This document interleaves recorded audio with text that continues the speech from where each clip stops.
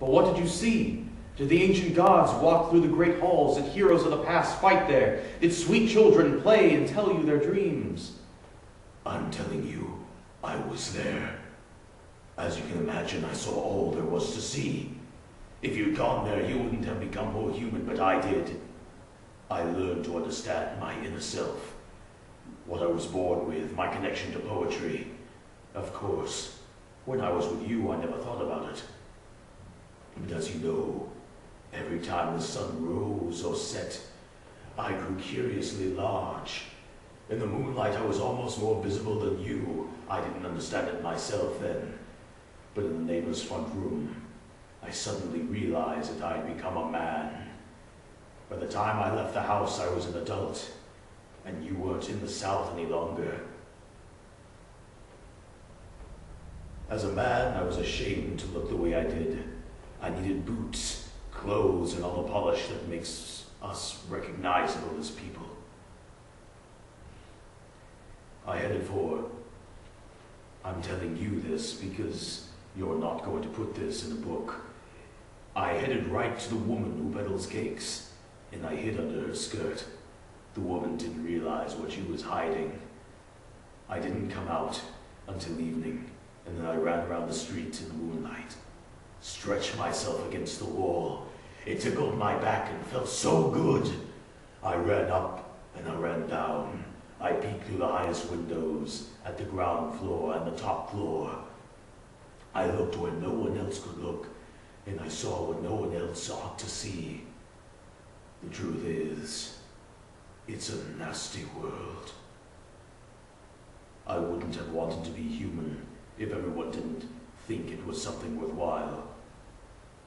I saw the most unimaginable things going on between husbands and wives, between parents and their precious children. I saw, the shadow continued, what no one knows, but what everyone really wants to know about. Scandalous behavior next door. If I were to put out a newspaper, everyone would read it. But I wrote directly to the people involved. Then there was an uproar everywhere I went. The people were so afraid of me. They were terribly fond of me too. Professors made me a professor. Tailors gave me new clothes. I'm well supplied. The master of mint coined me new money. Women said I was very handsome, and I became the man that I am. Now I'll say goodbye. Here's my card. I live on the sunny side of the street, and I'm always home when it rains. Then the shadow left. That was really strange, the learned man said. Years and days passed, and the shadow returned. How's it going? The shadow asked. Not well, sir, the learned man said. I'm writing about truth and beauty and goodness, but nobody wants to hear about that sort of thing. I'm in despair because it means so much to me. It doesn't mean much to me, the shadow said. I'm getting fat, and that's what we all should try to be. You don't understand the world. It makes you sick to try. You have to get away. I'm taking a trip this summer. Do you want to come along? I'd really like a traveling companion. Do you want to accompany me as my shadow? It would make me very happy to have you come along. I'll pay for this trip. Now you're going too far, sir, the learned man said. It depends on how you look at it, the shadow replied. Travel will do you a lot of good. If you'll be my shadow, I'll pay for everything. That's unfair, the scholar said. But that's how the world is, and always will be, the shadow said, and it left. Things went badly for the learned man. Grief and trouble pursued him, and what he said about truth, beauty, and goodness was appealing to most people as roses would be to a cow. Eventually he became quite ill. You really look like a shadow of yourself, people told him, and the learned man shivered because it made him think. You need to go to a spa, the shadow said, who came to visit, advising him. There is no choice. I'll go with you for old time's sake. I'll pay for the trip, and you can write it all down and keep me amused while we travel. I want to go to the spa too. My whiskers aren't growing the way they ought to. It's also a kind of illness because you have to have a beard. Now be reasonable and accept my offer. Of course, we'll travel as friends. And they left. The shadow was the master, and the master was the shadow. They rode together in carriages and on horseback. They walked side by side, in front of each other or behind, depending on where the sun was. The shadow always knew how to take the lead, and the learned man never gave this much thought. He was good-hearted, sweet-tempered, and amiable, and one day he said to the shadow, "Since we've become traveling companions, and since we've been together since childhood, shouldn't we stop being so formal? After all, it's friendlier not to keep saying sir." "That's a thought," said the shadow, who was now the real master. "You're speaking frankly, and you mean well. I'm sure how strange nature can be. Some people can't stand to touch gray paper. It makes them sick. Other people shiver when they hear a nail scrape against a pane of glass. I get just that kind of feeling when I think of you addressing me by my first name. It makes me feel small, the way I used to feel in my position with you. It's just a feeling, it's not pride. I can't let you call me by my first name, but I'll be happy to use yours, and then we're halfway there." Then the shadow called his former master by his first name. "This seems really crazy," the learned man thought, "but I have to say sir to him, and he uses my first name." But he had to put up with it. They arrived at the spa. There were lots of strangers. Among them was a beautiful princess who suffered from seeing things too clearly. That can be nerve-wracking. The princess saw right away that the newcomer was quite unlike the others. "He's here to get his whiskers to grow," people say, "but I know the real reason. He can't cast a shadow." She became curious, and as soon as she went for a walk, she struck up a conversation with a strange person. Being the king's daughter, she could skip elaborate formalities. She said, "Your problem is you can't cast a shadow." "Your Royal Highness must be much better," the shadow said.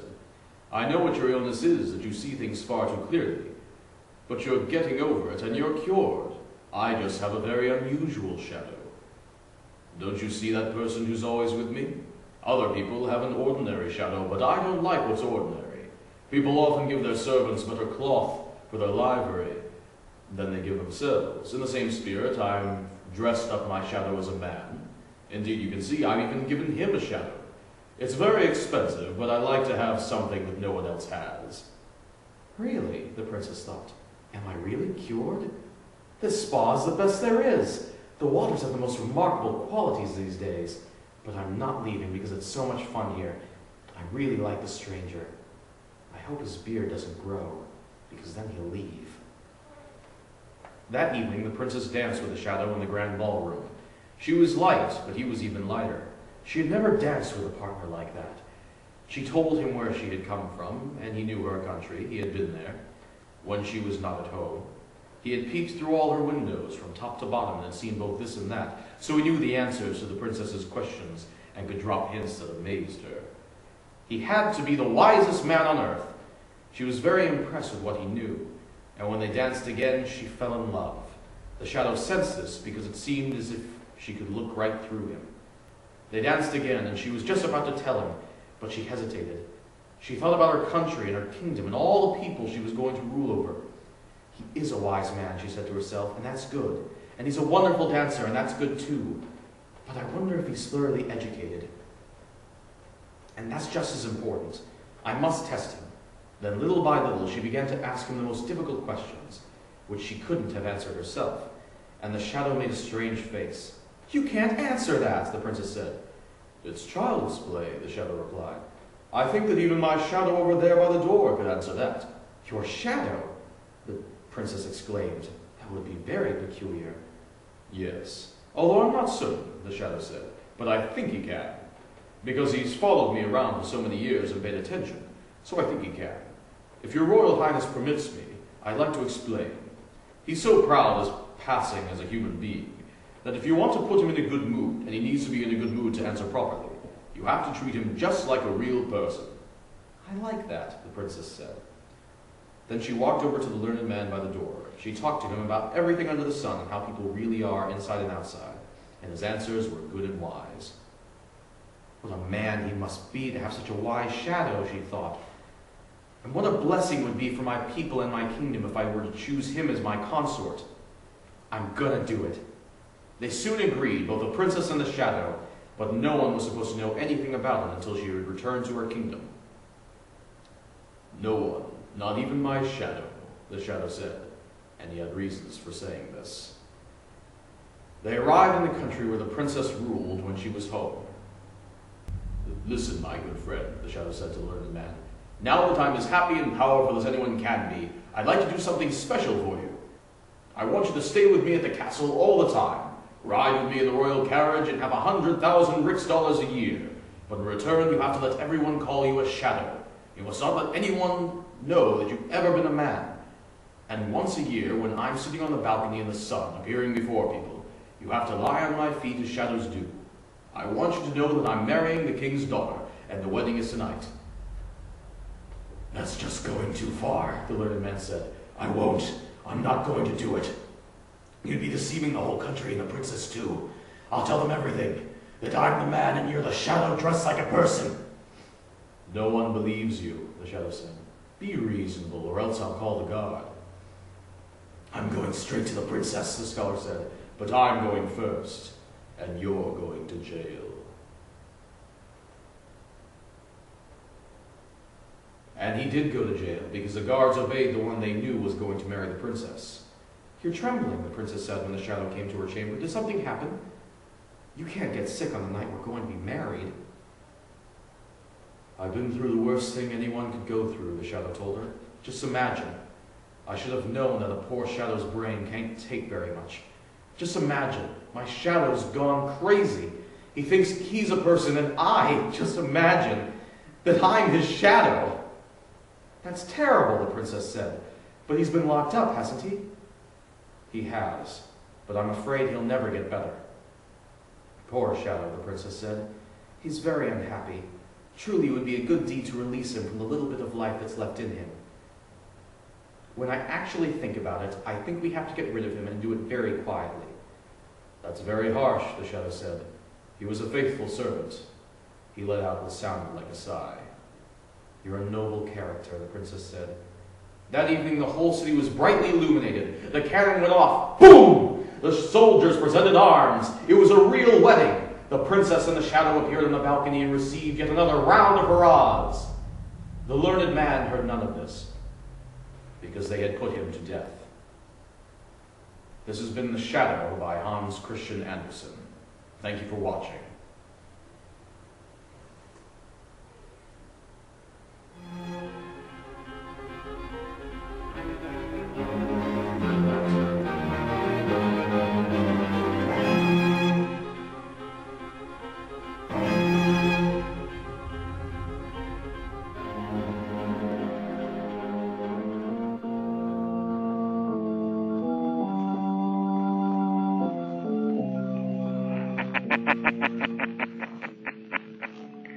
The weed of crime bears bitter fruit. Crime does not pay. The shadow knows.